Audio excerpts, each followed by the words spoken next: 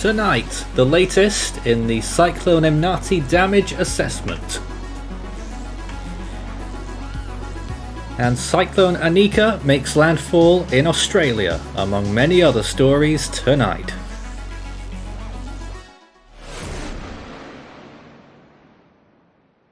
Oh, there we are. Welcome to WeatherBeat Live. This is Force 13 HQ. My name is Nathan Foy, and we are here once again with another great episode, hopefully, of WeatherBeat this hour, discussing everything that's been going on in the world of weather.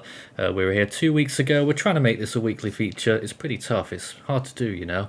But for the first time, I think, the whole of WeatherBeat tonight is a live show, so we'll be speaking to people in real time. And that also means that you can ask your questions. The reason why we don't always do it live, some of it is recorded. Main reason is because of time zones and to make our editing standards just that little bit better as well.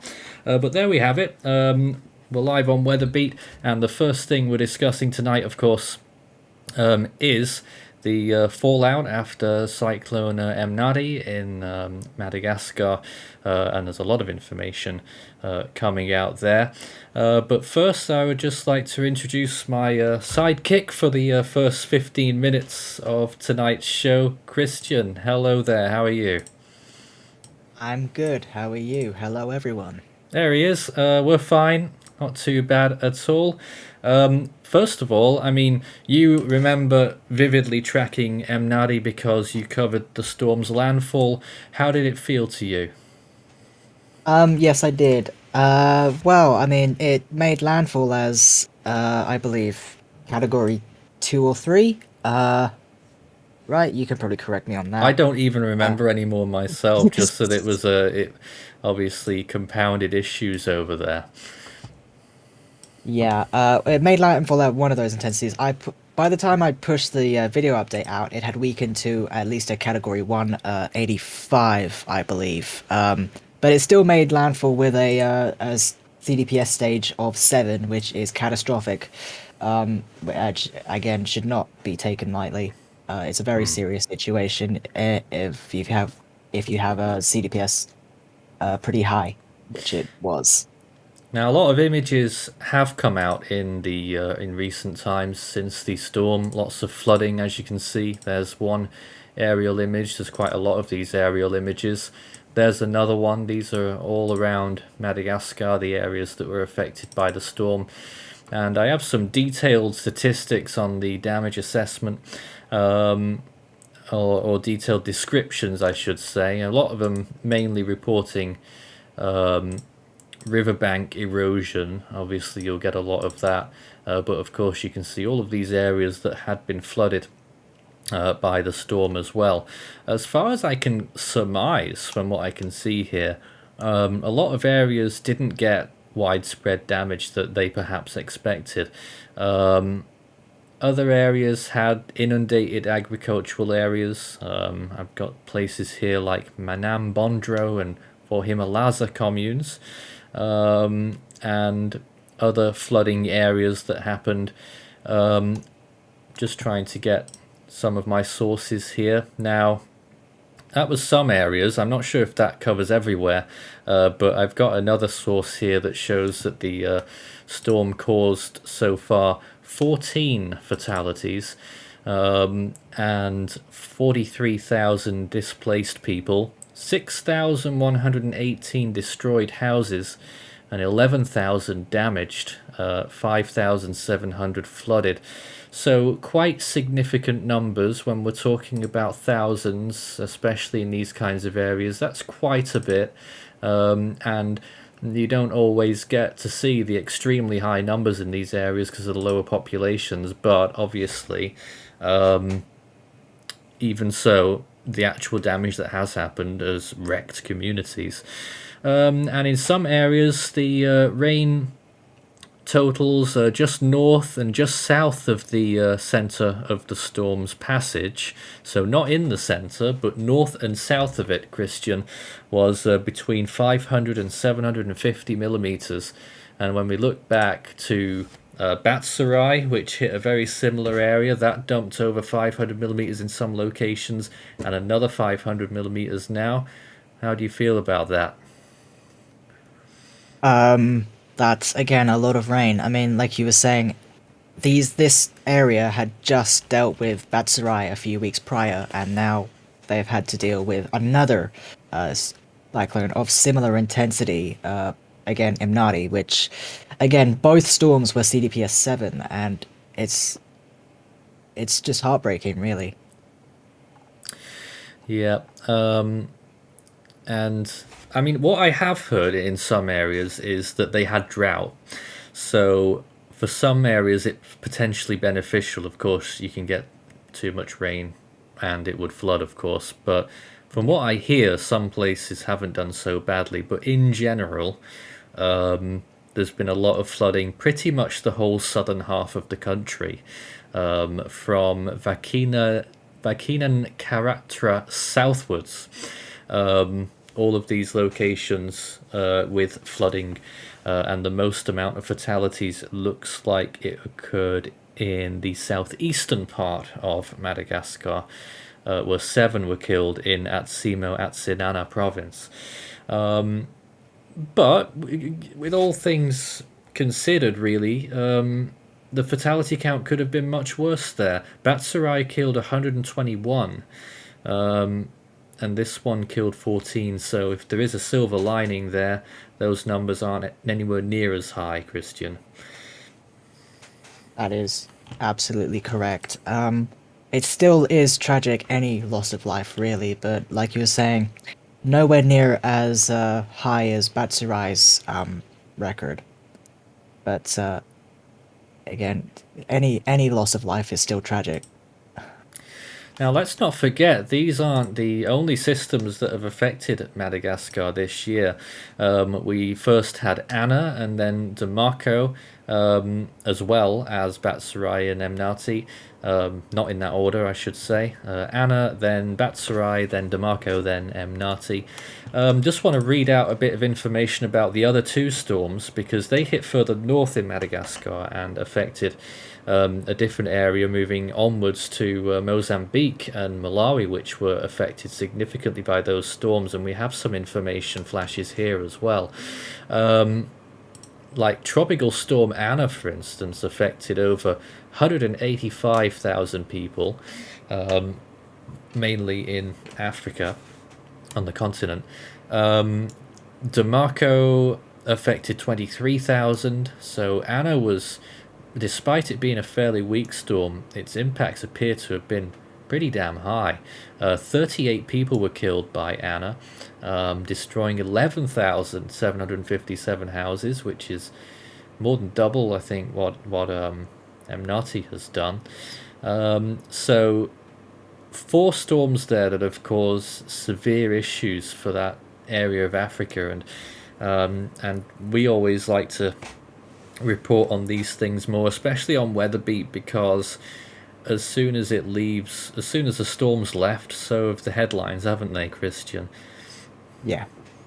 But behind that, the recovery takes a very long time in these areas, and they're still working on it right now. As a matter of fact, they're still working on the numbers to begin with. The damage assessment can take weeks. It absolutely can. It could I mean, worst case scenario, it can take a few months. Yeah, weeks or months. If you do have any questions for us about these things, then just let us know. But we have very short windows. In fact, we're almost out of time as it is, on that section. But that's all that stuff. But we also wanted to talk about the volcano. We did the one in Tonga way back when, which Force 13 AU did a fantastic job covering it. What was your memories of that, Christian? How did you come across seeing that? There it is. This is when it happened. Back in Tonga in January. Yeah, I mean, obviously, I woke up and I read the news and I'm like, oh, geez, Tonga's gone kaboom, basically.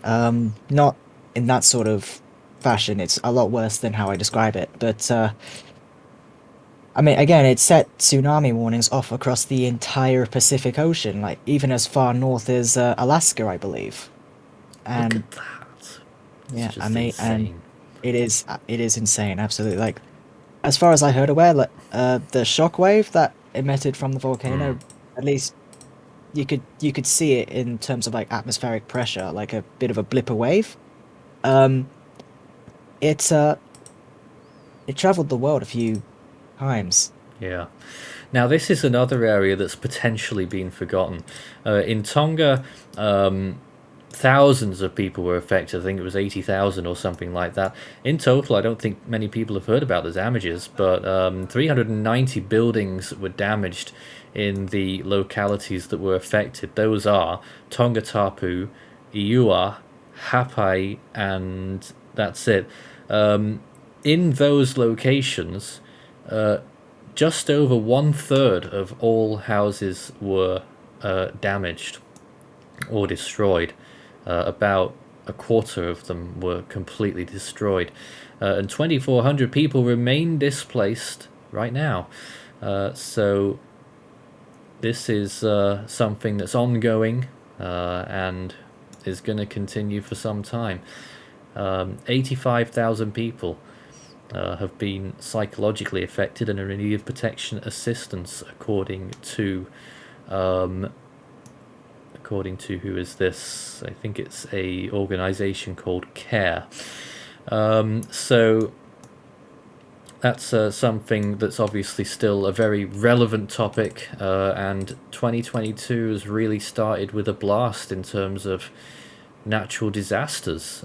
Thankfully, in the grand scheme of things, these storms and volcanoes haven't been as bad as some other historic events. You think of Idai, for instance, in 2019. That's worse than both of these events. Maybe Leon Eileen in 2000 for historical context.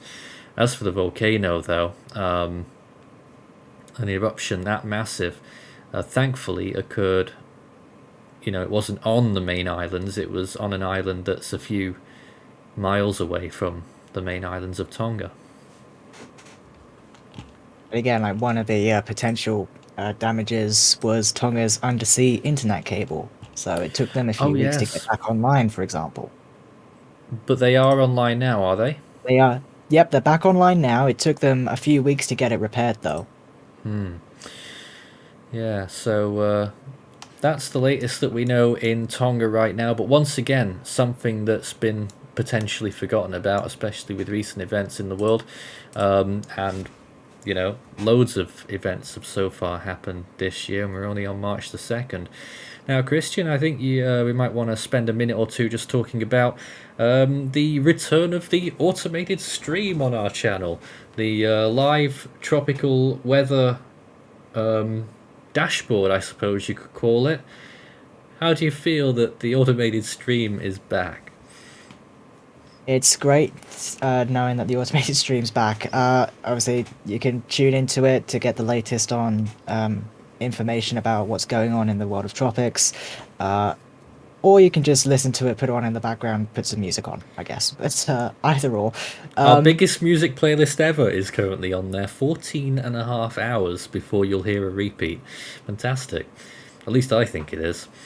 And then, of course, you've got the earthquake stream as well, which is still going strong. Yeah, that one's been going strong for quite some time. It's done very well for itself as well. Yes. Yeah, yes. Anything else you'd like to add about the things we've discussed? Nothing else comes to mind at the minute. I saw something in the chat about the flooding in Queensland. Yes, there are flooding concerns over there as well. I'm not fully in tune with it. I know there's some thunderstorm warnings out this morning, local time. Yeah. But there we have it. Thank you very much, Christian, for your time. And we'll see you again soon. So the Southwest Indian Ocean, of course, the season isn't finished yet. We've still got March and April to get through. So there's still potentially a lot of action on the way. So certainly worth staying tuned to Force 13 for the latest information.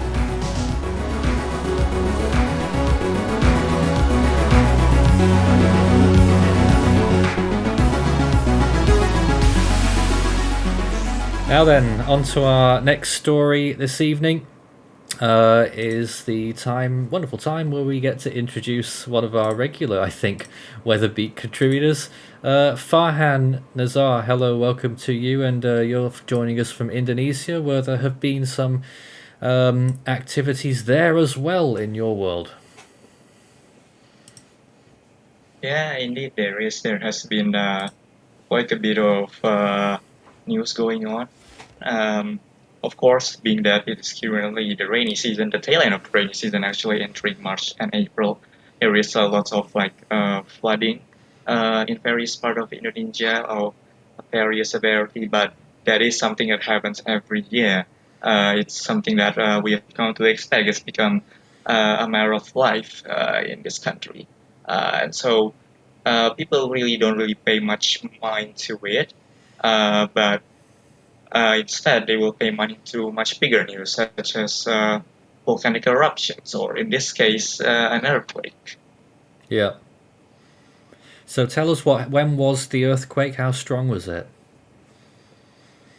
The earthquake happened on February 25th, almost a week ago now. It occurred in Pasaman in West Sumatra. It is an earthquake that was caused by the Great Sumatran Fault. Now, the interesting thing about this is that when people think about earthquake and Sumatra, they of course will think of the offshore Sunda megatrust, Yeah. which caused earthquakes such as what happened in 2004 on Boxing Day. But what people don't know is that that is not the only source of earthquake threat for the island Sumatra, because pretty much running towards the entire 2,000 or so kilometers of the island inland is the Great Sumatran Fault, which is a series of regional faults which intermittently causes earthquakes. There are 20 known sections to this thing of regional faults, running all the way from Aceh in the north to the tip of Bandar Lampung in the south. Although interestingly, according to preliminary reports from this earthquake actually originated from a previously undiscovered 21st segment of this regional fault system, located on the side of a mountain called Mount Talatmau. It is a strike-slip earthquake measuring 6.2 on the Richter scale, with a reported Mercalli shaking intensity of a 7. Now, Now that's when quite high, compared to isn't it? and there's been quite a bit of damage. Uh, it is enough damage to topple over buildings. So there are pictures of buildings being toppled over their, how do I describe it? They topple over like pancakes with their support pillars sort of just caving down on itself. Uh, it is the worst earthquake to uh, have originated from West Sumatra province since 2009, the 2009 Padang earthquake, which is a 7.6 on the Richter scale. It did tremendous amount of damage, and since then, significant earthquakes have originated either north or south of the province. So this is the first significant earthquake since then to have originated from the province itself. So you're saying that this earthquake it occurred overland, right? Yeah, it occurred overland on the slopes of a mountain. Yeah. So I imagine, I mean, were there any significant landslides? Obviously, with the weather conditions that you're getting there, that could be a possibility. Yes, there is. There's been reported 17 landslides occurred. There was, in the initial hours after the earthquakes, there was some further going about liquefaction, which is a term Yes. that has become quite well known in Indonesia after what happened in 2018 in central Sulawesi, when the 7.8 earthquake there caused a liquefaction and tsunami. But uh, ground ground searches and ground reports uh, concludes that the ground movement reported was actually from a landslide that went into a river, and so it mixed together with the river to create sort of a mush of water and mud and ground. Yeah, so it looks like liquefaction, even though in reality it's just landslide material. Although interesting enough, it also knows that in one report that at least one landslide occurred into a riverbed and it actually dammed a river for a short time. No, because it's Wow. just earth. It didn't last very long, and so this temporary dam was quickly breached, causing a flash flood with Mm. damage a further few more houses in the village underlying the river. And those can happen sometimes. I read about that a few weeks ago. Quite fascinating. I don't suppose you felt it though. It was a bit too far away, was it?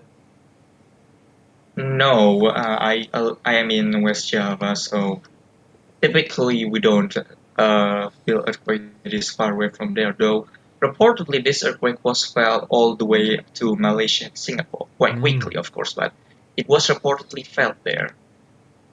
All right. And before we continue, I should also mention. I mean, I was looking today. Apparently, there's been some significant rainfall and flooding issues in your neck of the woods in the last few days. Any news on that? Well, the one that I've been aware of is of flooding in Banten, which is the province immediately west of West Java. Yeah, it's kind of strange that the province of West Java does not have the most point of Java, but that's how our administration works. But yeah, there's been flooding in the capital of Banten, Serna. Uh, it is quite severe flooding from reports. Two people has been reported killed, with hundreds being evacuated, and also flooding as is usual in the regions surrounding Jakarta. And it sort of lends into one of the reasons why the government is in the process of moving the capital from Jakarta, which is the severe flooding, because of course Jakarta is the city with the fastest sinking rate in the world. With some accounts, it's up to sinking up to a rate of 25 centimeters in a year, which is very Wow. severe. And the government has decided that it is cheaper to move the capital somewhere else than try to fix Jakarta. And there are also, so they are in the process of doing that. Construction has started. And of course, there are people who are against it, saying that things like it will ruin the natural ecosystem in Borneo, saying that it's simply a diversionary tactic from the other country's problem. And of course, they could all have their row about those kind of things. But what can't be overstated is that the problems with Jakarta is very, very severe right now. And from the government point of view, some of this is beyond saving, and it's better to just move somewhere else. All right. Back to the earthquake then. What were the casualty statistics from that? Was it severe? Currently reported uh, there is 14 fatalities, though that report is 2 days old, about 400 injured, and 14,000 evacuated. Uh, they are still in evacuated zones at this point. Uh, it is reported that help and aid has come to the area. The Minister for Social Affairs has visited the disaster zone on Saturday, February 26th. Uh, so, in terms of earthquake, general earthquake, severe earthquake, perhaps that doesn't seem much, but it is still quite significant for the local area. And of course, in Indonesia, we uh, suffer earthquakes pretty much every other day Yeah. of various intensity. Uh, but in terms of severe one, we only got there's about two or three here that cause significant damage, injuries, and fatality.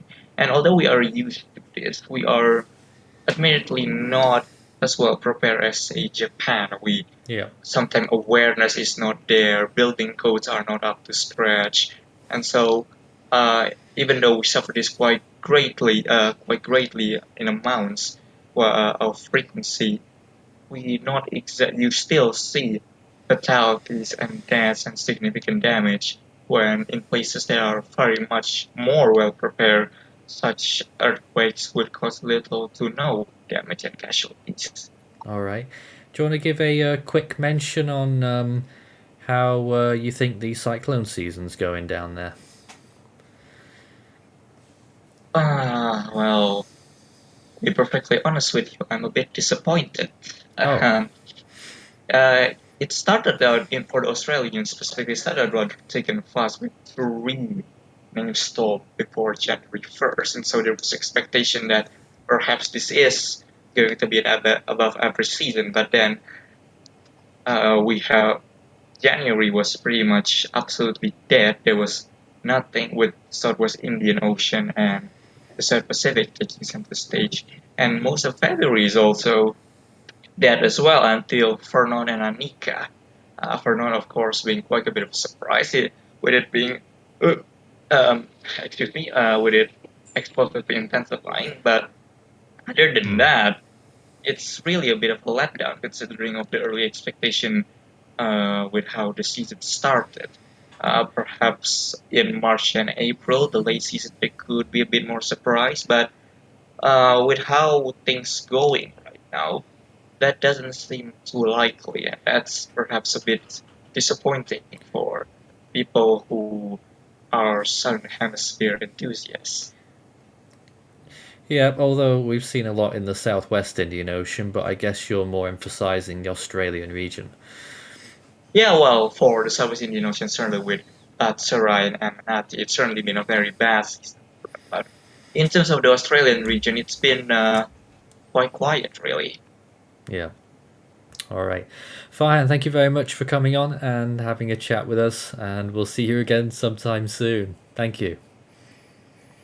You're very much welcome. Well, now in a moment we'll be moving on to our next segment. We'll be inviting a few people on and having a open board really with some of the team members to talk about what's going on in the US and elsewhere. But now over 80,000 have been evacuated in the last week due to heavy rainfall and flooding concerns in southern Thailand and northern Malaysia. A landslide killed 1 person and damaged 84 houses in Colombia during heavy rainfall on March the 1st. And widespread flooding in western Java, Indonesia over the last few days has killed 2, with 2 more missing.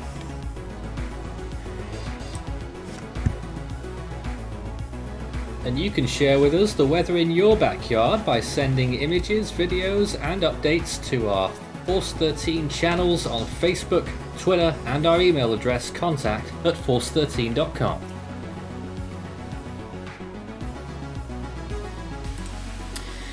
Yep, welcome back to WeatherBeat and the latest on, well, we're going to be discussing here now a few things. First of all, the fate and the trend of Cyclone Anika, which made landfall in Australia early this morning, local time. The sun has just risen over the area and we've got our first visible images.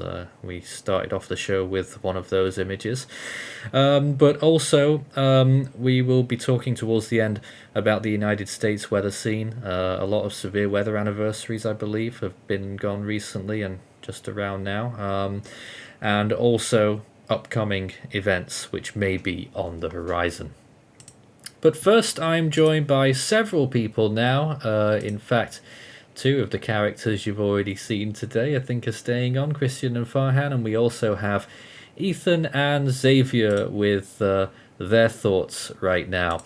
So there they all are.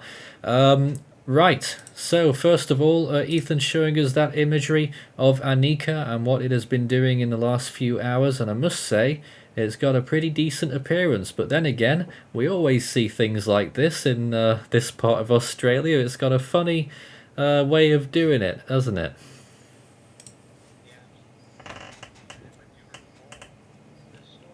Produced, get this, a pressure in the high 970s, proven by surface observations. near the Gee. landfall zone. So this was probably a hurricane-strength system. So this probably, How? I wouldn't say explosively intensified, but it intensified pretty quickly leading up towards its landfall. We'll have to go back and do a reanalysis on this, but it appears that might be the case. You're seriously considering that this explosively intensify? That's a big word to use. I mean, it might have been brief. It wasn't, like a day or so or more, like, say, storms like Hagibis did. But it was very brief. It was, because this storm really intensified up from 40 miles per hour. It wasn't really, it didn't really have a lot of time to intensify at all during its second bout over water. So, and to land interaction ultimately ended that. But Well, thankfully, certainly this had the potential. area is extremely sparsely populated. Another storm did something like this not long ago, and I forget its name now. I believe Kevin. you are referring to Kelvin. in Kelvin! 2018. Yes, that's the one.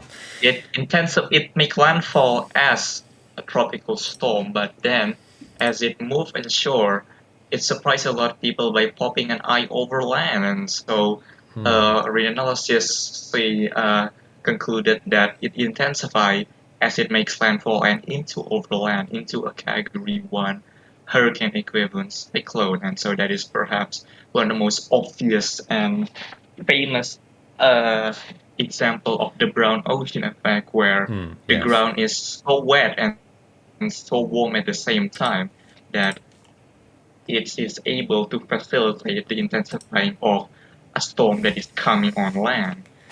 I don't think Anika quite fully opened an eye there, but it's certainly looking more impressive inland. Xavier, what are your thoughts? More reserved than Ethan, perhaps? Definitely. Of course, with everything we've been doing operationally with Force 13, we've been following the officials, and then of course we did reanalysis after the fact. I haven't really seen a decent enough evidence because we have indeed seen tropical storms with relatively low pressure in the past, and Australia has a history of being weird with everything, so I'm not gonna go as far as saying that, especially given the fact that JTWC and BOM never had it operate more than 50 miles an hour. So, yeah, not exactly gonna go on that boat. So obviously, with that classification, I don't think it explosively intensified or anything like that. At this point, Anika is now down to an XTC by the BOM. For the last time, of course, given the fact that it already had its first peak, which was more than likely its strongest in terms of wind speeds. When it made landfall, as I think it was 65 or something like that miles an hour. What's it? Somewhere around there. I know it was a Category 2 on the AU scale when it made landfall. Now, ASCAT earlier had a pass as well before the landfall, and it got 45 miles an hour. Yeah. I personally think it was just one of those storms where you have a pressure that's lower than what you would typically expect from a tropical cyclone, which we've seen that in multiple cases in the past. So I don't really think there's much evidence to say that the second peak was stronger than, say, 60 miles an hour. At the moment here, there just really isn't enough tangible evidence. So I can completely see why JTWC and BOM went at 50 miles an hour. But to be fair, I think the problem with this was that there were a lot of speculation that Anika could have been a completely different situation.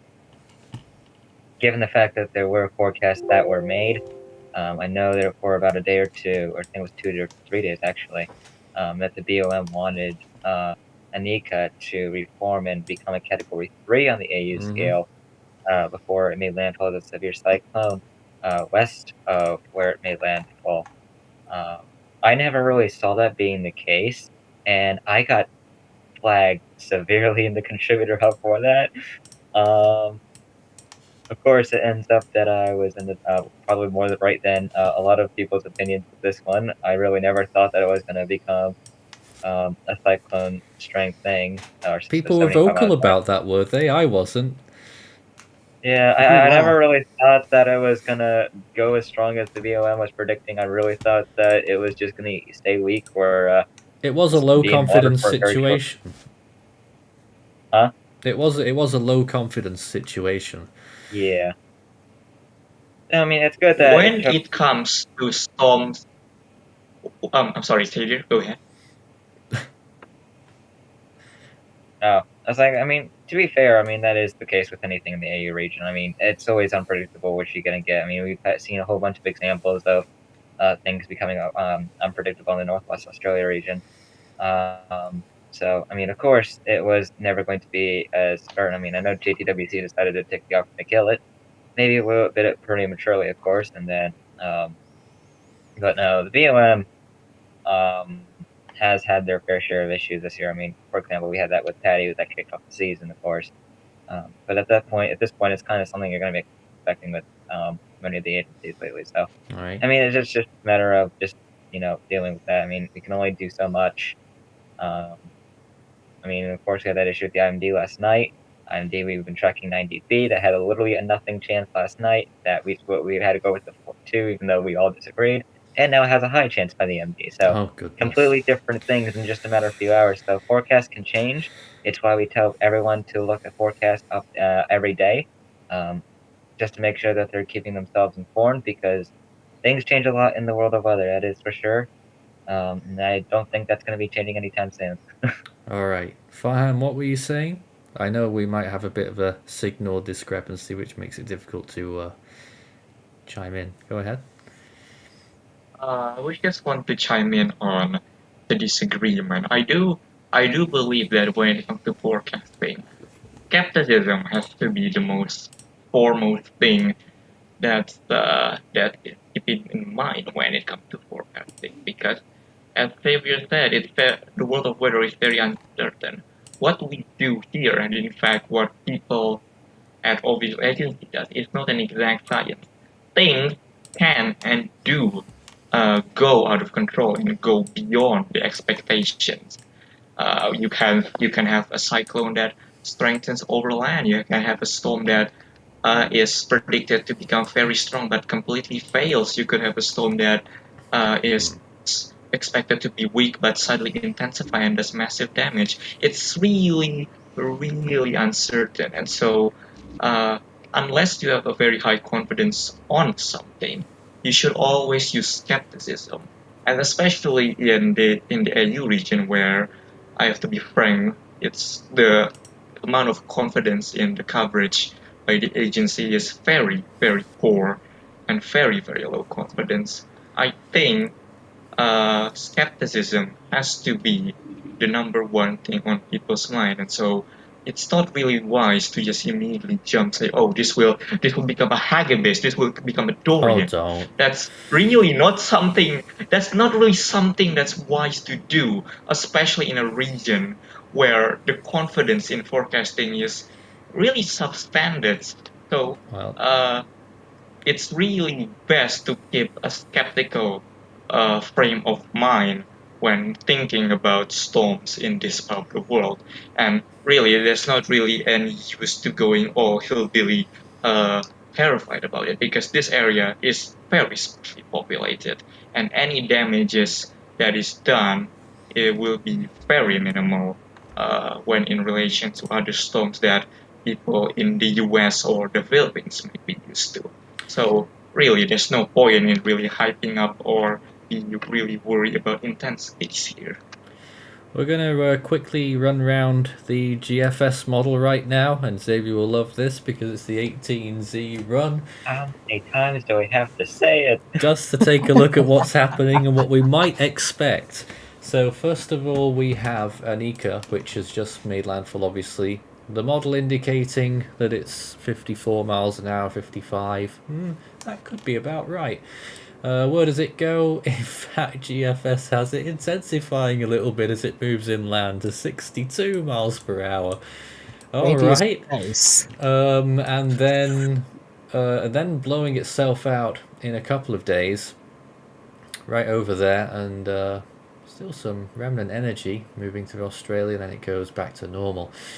But more interestingly, Cyclone Vernon is further towards the west, and on this initialization at 18Z, would you believe it? The GFS thinks that it's a Category 1 hurricane equivalent storm with 75 mile an hour winds. Of course it would. Of course it would. Why wouldn't it?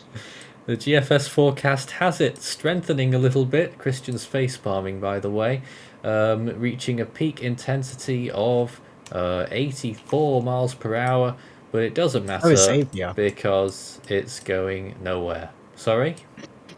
No, I mean, Xavier's face palming now. You were before, but off it goes. I was. And that's not going to affect any land area. Now, the areas that we were talking about earlier, the southwest Indian Ocean, there could be something on the way next week, maybe. Look, something forming out of an area that's already active, actually, near Mauritius. You'll see this little area here. Hold on. That little thing there, that's a little low-level vortice, and probably something up here as well.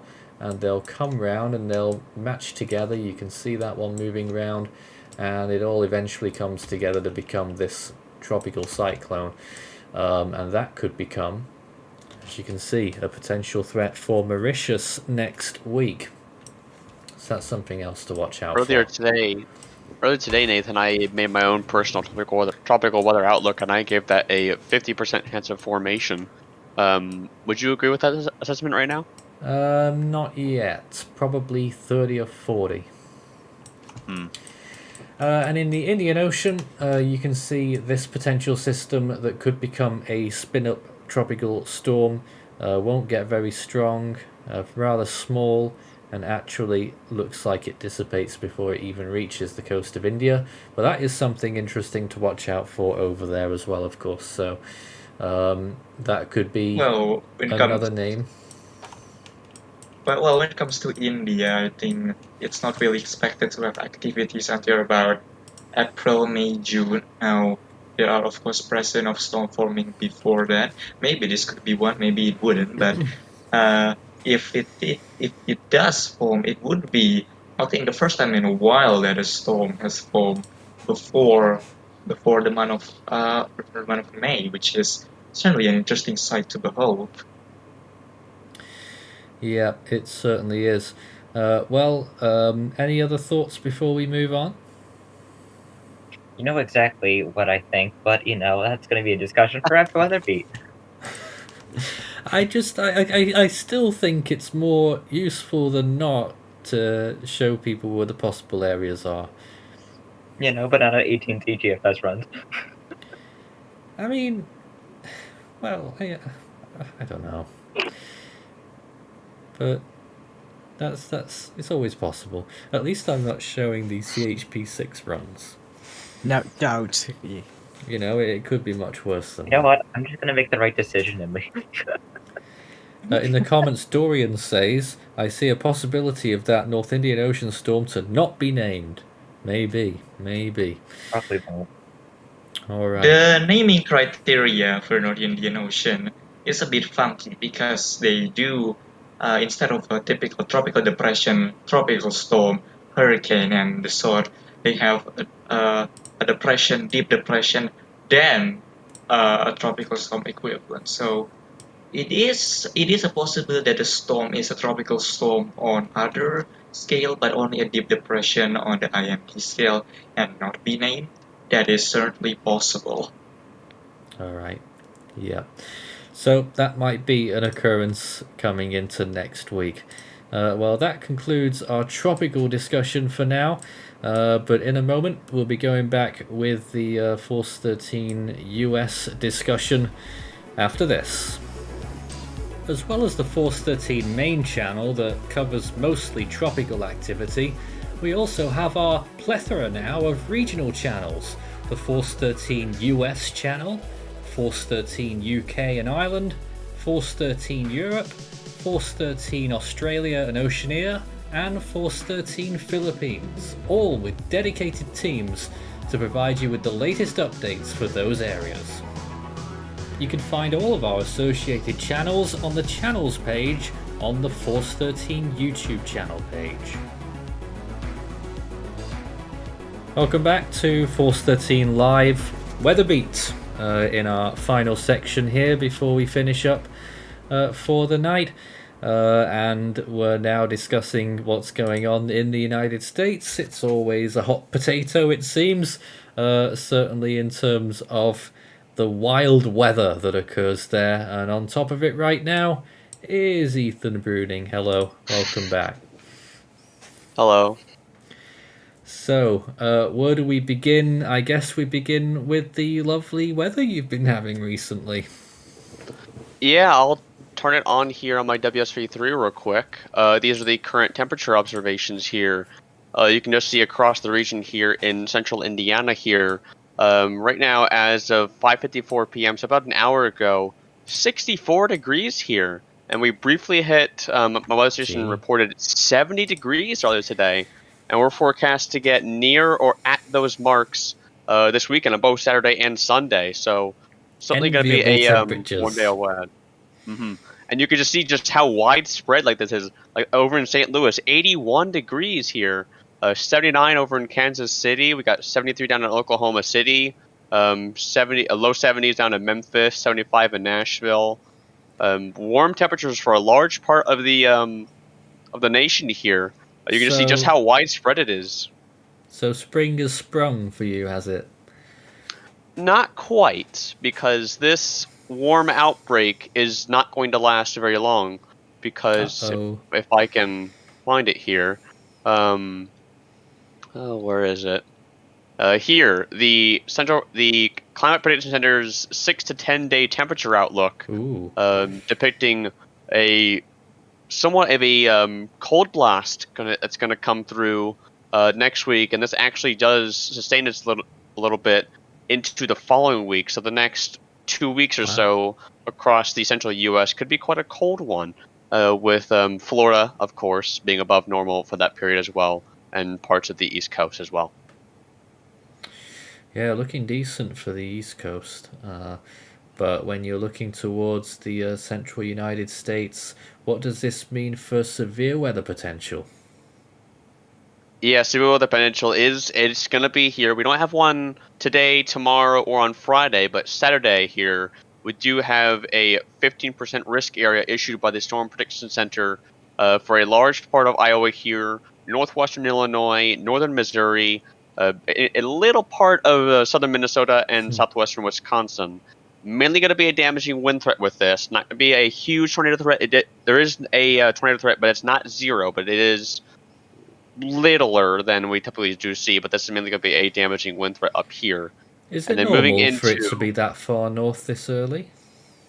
No, actually. Typically, what we're looking at for early March is we're typically looking down in this region. Yeah. I know the Army will have more on that in a moment, but.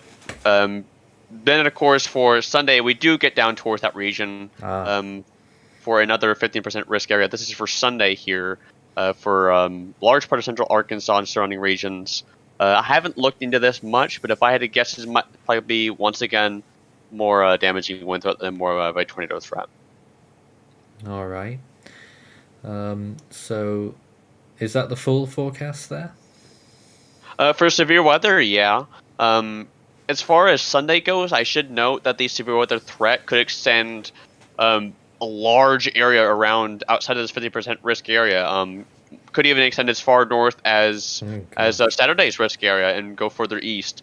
And there could even be some severe weather threat for portions east on Monday, maybe even into Tuesday a little bit, but we'll have to wait and see on that. Yeah, I always get concerned when we see these risks out 4 or 5 days out.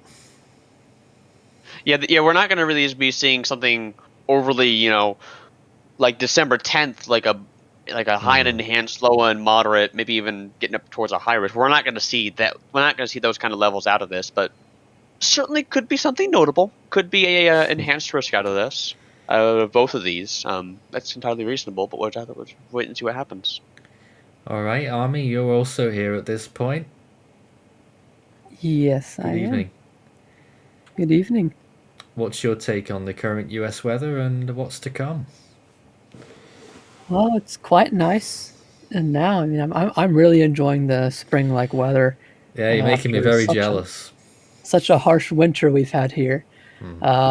But I'm very glad that it's very quiet here around this time of year, because we know this time of year can be known for really big severe weather events.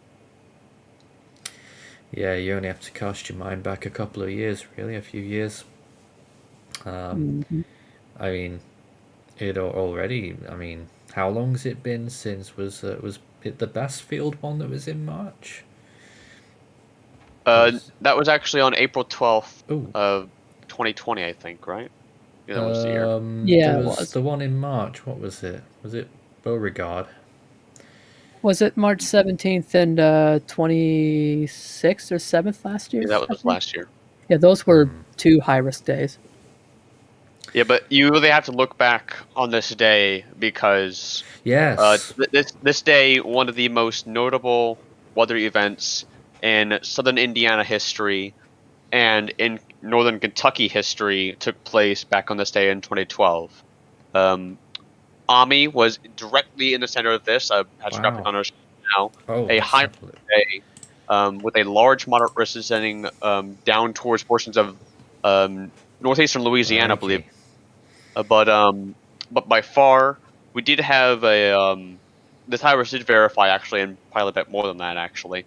But one of the more notable storms to me personally was a cell that formed in southwestern Indiana and would go on to drop a very, very long tracking mid to high end EF4 tornado that would directly plow through the town of Henryville, Indiana.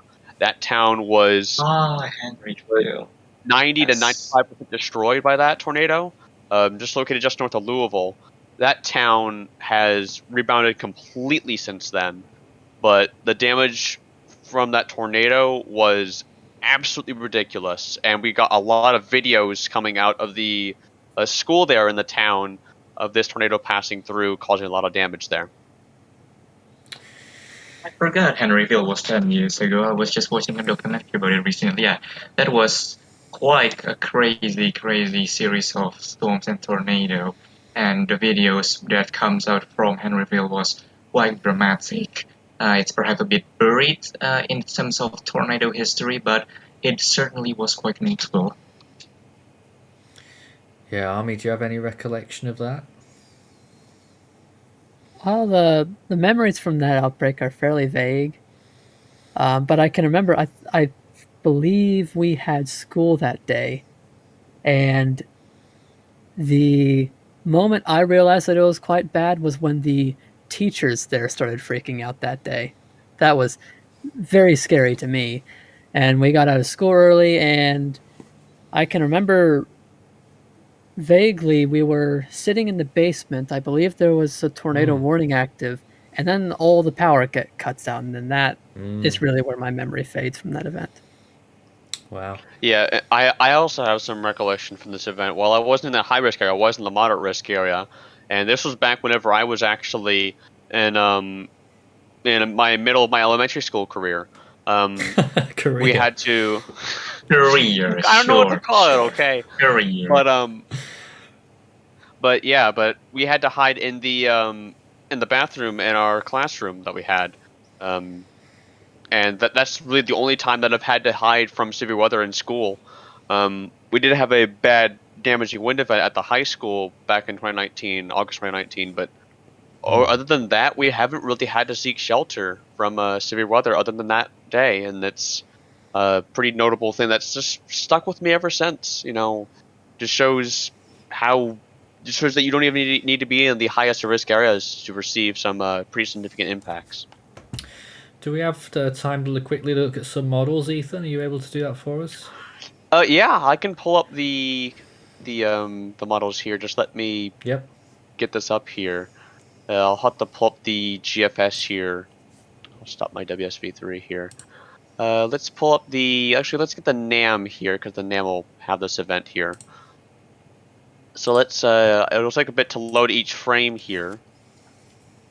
Let's go forward to the event here. Let's see what we can get here. Alright. Right, so this is going into the morning on Friday. Let's see, the 6th, that is Yep. So there's our the remnants of the damaging wind line. This is on Sunday morning here. We'll have to backtrack a little bit towards Saturday, but there you can see. Is that it? Yeah, there's our damaging wind line pushing through. There, not as great as you'd expect on a model because this is low resolution, but there is that damaging wind line nonetheless. Maybe the GFS high res will have this. Let's pull this up and let's see that. Yep, yep. Yes. There it is, heading as far south as maybe even Texas as far as the rainfall goes. But the threat will be limited to just up here. But we can go forward here on the GFS. Go forward a little bit here to the event on Sunday here. Yep. As it loads, which should just take a little there bit. It is playing out, I think. There it is. Yep. And just the GFS in particular really goes. Wow. Really goes out and about with this. Yeah. What are you doing? Could it go? Yeah, very heavy rainfall moving through central Illinois, central Indiana. I know that the Weather Prediction Center does have a risk of flash flooding out for this, so maybe some flash flooding in those regions as well. Let's see if I can get the accumulated rainfall here. I don't know if that would be a product that I can get. Let's see, total precipitation here. Wow, look at that. We can get the probe inches here. 3 inches here along the Interstate 70 corridor. Extending from St. Louis over towards Indianapolis here. We'll zoom in here on central Indiana. Of course. 3.1 inches here. Bloomington. Yeah, I'm just seeing this for the first time. I haven't even noticed that this was here. But this is quite a interesting line of heavy rainfall here that's being depicted on the GFS. Well, I mean, still quite a way out for that to verify yet. Yeah, but it's looking more and more likely because we do have National Weather Services are starting to put out some information on this. So this is coming, and it just bears watching over the next few days just to see how things trend and unfold with this. All right. Well, that's the scene in the US. Any final thoughts from our team? We're about to wrap up here. Well, I know that you were on to mention something about the US team, right? Oh, yes. We completely forgot to talk about that, Ethan, because there is lovely Ethan right now. And, well, you ought to tell everyone. Yeah, we had, as you might have known recently, we've had, for the past few months, ever since January 1st, we have had Thomas Schwendt in control, or in the lead director of the U.S. team, but he has since stepped down from that position, and as a result, I've been elected to replace him. So you're now looking at, for the first time, I can actually say this for the first time, the U.S. director position has been around to multiple places, but for the first time, I'm your U.S. director for the next few, until I get rid of it, I say. Force 13 US HQ is now in Indiana. Which is, I mean, you can look at that as a positive or a negative. Christian, you're on mute. There he is, yep. I am aware I'm on mute. I was just doing this sarcastically. Okay. Right then. I do have big plans for the US team, though. I can say that. Yep. With that, we're finishing up for the night here. Thank you very much, everyone on the team there who took part tonight in WeatherBeat. Hopefully we'll have more WeatherBeat episodes soon, but we can never tell with what happens in the world. Who knows? But in the meantime, you can join our Discord server right now because we will be doing extra chats on there every night at midnight, which is now, until this Saturday. So that's what we're going to be doing next, at least from here. And you can also follow us on our social media platforms and spread the word about our work and join our team if you feel like you have the skills and abilities and the want to do it.